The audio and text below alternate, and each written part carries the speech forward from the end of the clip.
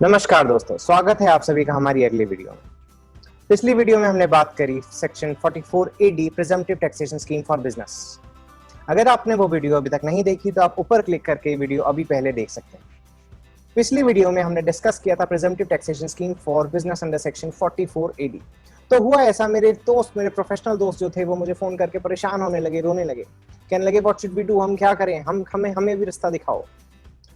मैंने कहा परेशान मत होइए, don't worry, I am there for you to make your life simple. इसी के साथ हम शुरू करते हैं आज की अपनी वीडियो। सेक्शन 44ADA और एक और प्रिजम्पटिव टैक्सेशन स्कीम मैं आपके सामने लाऊंगा, 44AE। Let's get started.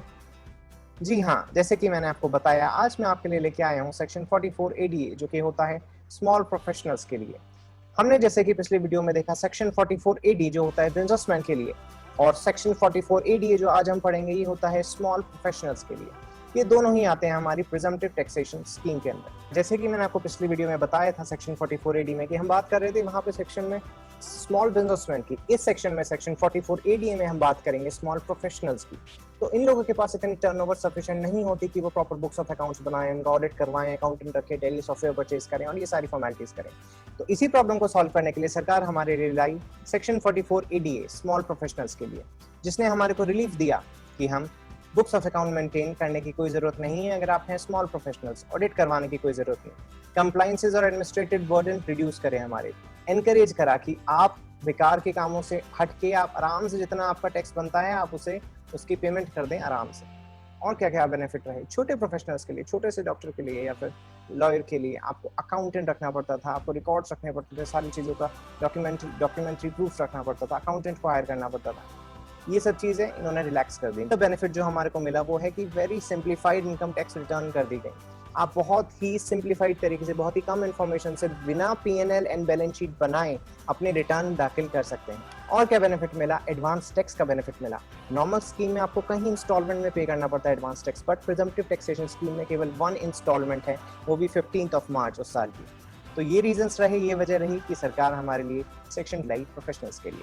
बात करते हैं कि ये स्कीम अप्लाई किस पे होती है, who are the eligible person.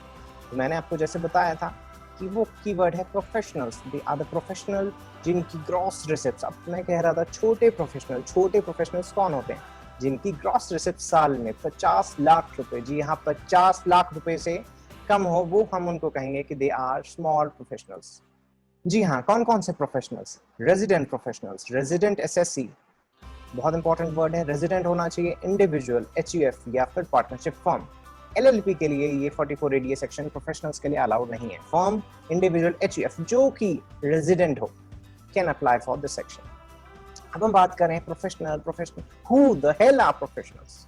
Professionals वो होते हैं जो एंगेज हो इन प्रोफेशंस में, वो एलिजिबल होंगे, जैसे interior decoration, technical consulting, engineering, accounting, legal, medical, lawyers हो गए, आर्किटेक्ट हो गए, other notified person, film artist हो गए, ट्रेड रिप्रेजेंटेटिव हो गए, sports related person, CS etcetera. These are professionals. ये सारे लोग सेक्शन 44ADA के तहत अपनी रिटर्न फाइल कर सकते हैं। आगे बात करते हैं कि what would be the rate under this section. इस सेक्शन में कितना कम से कम टैक्स आपको देना पड़ेगा?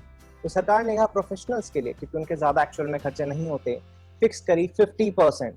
आपको 50% कम से कम किसका? अपनी टोटल रिसिप्ट्स का फाइनेंशियल ईयर में टैक्स देना पड़ेगा कम से कम। और अगर इससे ज्यादा हो आप खुशी दे सकते हैं। सरकार would never be in trouble अगर आप ज्यादा इसे परसेंटेज से टैक्स दें। तो minimum what the section says is 50%, that you have to pay 50% of the total receipts आपने जितने भी कमाई during a financial year. For the illustration purpose हम लेते हैं मिस्टर एक्स, सपोज एक सीए हैं, उनकी टोटल रिसिप्ट, एक्चुअल रिसिप्ट जो है वो 30 लाख है। उनके एक्चुअल जो खर्चे हैं साल के, दे आर 10 लाख। तो नॉर्मल केस में आपकी ग्रॉस रिसिप्ट हैं 30 लाख एंड आपके जो खर्चे हैं वो है 10 लाख। तो आपका प्रॉफिट, नेट प्रॉफिट जो आ रहा है वो आ रहा है 20 लाख का। प्रिजम्पटिव टैक्सेशन स्कीम में अगर हम देख रहे हैं तो ग्रॉस रिसिप्ट हमारी 30 लाख। इसका हमारे में सेक्शन कह रहा है कि आप 50% टैक्स दीजिए, मतलब 50% आपके हम खर्चे बिना देखे, बिना किसी कागज के, बिना किसी प्रूफ के अलाउ कर देंगे with no problem. So you have to pay tax 50% of it, that comes to 15 lakh. कहाँ 20 लाख आपको देना पड़ रहा था, अब इस स्कीम के तहत आपको 5 लाख रुपीस का बेनिफिट हो गया। तो ऐसे करके अगर आप 50% टैक्स दे देते हैं अपनी ग्रॉस रिसिप्ट का इस किसी साल की, तो आपको छुटकारा मिल जाएगा ऑडिट से और बुक्स ऑफ अकाउंट मेंटेन करने से। अब इंपॉर्टेंट बात यह है कि अगर किसी साल आप 50% से कम टैक्स दे देते हैं तो ये माना जाएगा कि आप इस सेक्शन से बाहर आ गए हैं। एंड उसके बाद आपको सजा मिलेगी जो कि होगी दैट जो आपको पहले रिलैक्सेशन दी थी वो सब आपसे छीन ली जाएगी। आपको ऑडिट भी करवाना पड़ेगा, आपको अपने बुक्स ऑफ अकाउंट्स में मेंटेन रखने पड़ेंगे और आपको अपने अदर रिकॉर्ड्स भी मेंटेन करके रखने पड़ेंगे। तो requirement to maintain books of accounts and audit करवाना पड़ेगा। कब करवाना पड़ेगा? अगर आपकी जो बिजनेस असेस हुई है प्रोफेशन से वो is lower than 50% of the gross asset और आप नील वाले बंदे नहीं है, नील टैक्सेबल वाले बंदे नहीं है, मतलब आपकी जो इनकम है that is above the basic tax slab, जो भी उस साल का बेसिक स्लैब है उससे ऊपर है, और आपने जो परसेंटेज अपने प्रोफेशन की प्रॉफिट शो किया है दैट इज लेस देन 50% जो कि स्टिपुलेटेड है अंडर सेक्शन 44 ADA। इस केस में आपको मेंटेन करने पड़ेंगे books of accounts and audit भी करवाना पड़ेगा। आगे बात करते हैं, अगर आप ऐसे कर देते हैं कि 50% अपना प्रॉफिट आप दिखा देते हैं तो ये माना जाएगा जो 50% एक्सपेंसेस आपने बिना किसी कागज के, बिना किसी एविडेंस के सरकार ने मान लिए, वो माना जाएगा सेक्शन 30 to 38 में जितने भी एक्सपेंसेस आते हैं आपको अलाउ कर दिए जा चुके हैं। तो any more expenses under section 30 to 38 में जो भी खर्चे आ रहे हैं वो वाले खर्चे फिर से अलाउ आपको नहीं होंगे। मेरे एक फ्रेंड ने क्वेश्चन पूछा कि what about the WDV of asset, depreciable asset की WDV कैसे कैलकुलेट करेंगे? तो WDV shall be recomputed deducting the depreciation, जो हम मान रहे हैं कि हमने डीम टू बी अलाउ कर लिया गया है, वो आप एक बार अपने मन में कागज पे साइड में आप डेप्रिसिएशन निकालिए, जितना बन रहा था वो माइनस कर दीजिए उस कैपिटल एसेट की वैल्यू से, जो WDV निकल के आई that would be the WDV। Last चीज जो आती है वो है एडवांस टैक्स की रिक्वायरमेंट। क्या एडवांस टैक्स जरूरी है? जी हाँ जरूरी है, but instalment number of instalment कम हो गई। नॉर्मल स्कीम में आपको कई इंस्टॉलमेंट में देना पड़ता था, यहाँ पे only one instalment that is on 15th of March of the previous year, जिस साल आपकी इनकम असेस हो रही है। प्रिजम्पटिव टैक्सेशन स्कीम में हमारा एक इंपॉर्टेंट और सेक्शन आता है that is section 44 AE under the presumptive taxation scheme, जो होता है ट्रांसपोर्टेशन बिजनेस के लिए। अब कितने लोग होते हैं जो ट्रांसपोर्टेशन का बिजनेस करते हैं, एक जगह से दूसरी जगह ट्रक में या किसी चीज में आप गुड्स को लेके जाते हैं, तो सरकार ने हमारे को ऑप्शन दिया है कि आप एक्चुअल की जगह प्रिजम्पटिव बेसिस पे भी इस केस में टैक्स भर सकते हैं। आइए देखते हैं क्या प्रोविजन है। बात कर रहे हैं यहाँ पे ट्रांसपोर्टेशन बिजनेस की, तो ट्रांसपोर्टेशन बिजनेस का सबसे बड़ा एलिमेंट होता है हमारे जो कन्वीनियंस होते हैं, जो गुड्स कन्वीनियंस ट्रक्स होते हैं, गुड्स कैरेज ट्रक्स होते हैं, that are the main component. तो ऐसे छोटे ट्रांसपोर्टेशन बिजनेस में जो हैं, छोटे कौन, जो 10 से कम जिनके पास ट्रक्स हैं, उनके बारे में, उन्हीं को छोटे कारोबारियों को इन्होंने सरकार ने ऑप्शन दिया है कि आप इस बेसिस पे अपने बिजनेस का टैक्स पे कर सकते हैं। तो छोटे कारोबारी कौन है? जिनका 10 से कम गुड्स कैरेज है ड्यूरिंग फाइनेंशियल ईयर। मतलब क्या है, किसी भी समय, साल के किसी भी समय 10 से ज्यादा गुड्स कैरेज आपके पास ना हो। तो क्या ऑप्शन है आपका? ऑप्शन दिया है कि आप बिजनेस प्रॉफिट कैलकुलेट करें। Categories I for heavy goods vehicle.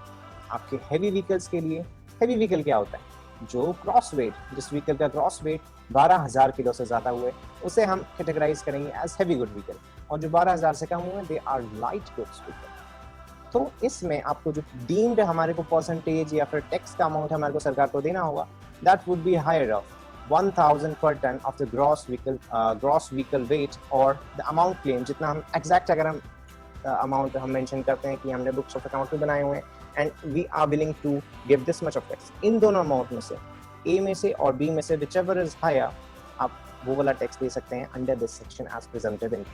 Light goods weight की बात करें, मतलब 12,000 किलो से जो कम ग्रॉस वेट वाले हैं उनके लिए ऑप्शन दिया है कि आप 7,500 रुपये पर ton of the gross vehicle weight, या फिर जो भी आप अगर एक्चुअल में आपने अर्न करा है, इन दोनों में से विचएवर इज हायर, ये अमाउंट पे कर सकते। तो ये छोटा सा ऑप्शन था सेक्शन 44 AE हमारे छोटे जो ट्रांसपोर्टेशन बिजनेस में इन्वॉल्व हैं इनके लिए। जी हाँ, पिछली वीडियो में हमने डिस्कस करा section 44 AD for small businessman. आज हमने डिस्कस करा सेक्शन 44 ADA जो प्रोफेशनल्स के लिए लगता है, जिसमें आप 50% टैक्स दे सकते हैं, और हमने डिस्कस करा प्रिजम्पटिव टैक्सेशन में 44 AE जो था छोटे ट्रांसपोर्टेशन बिजनेस के लिए। उम्मीद है आपको आज की वीडियो पसंद आई होगी। कृपया करके हमारे चैनल को, हमारे वर्क को सपोर्ट करें by sharing it to all your friends, and video को लाइक कमेंट जरूर करें। We are ready for your valuable feedback.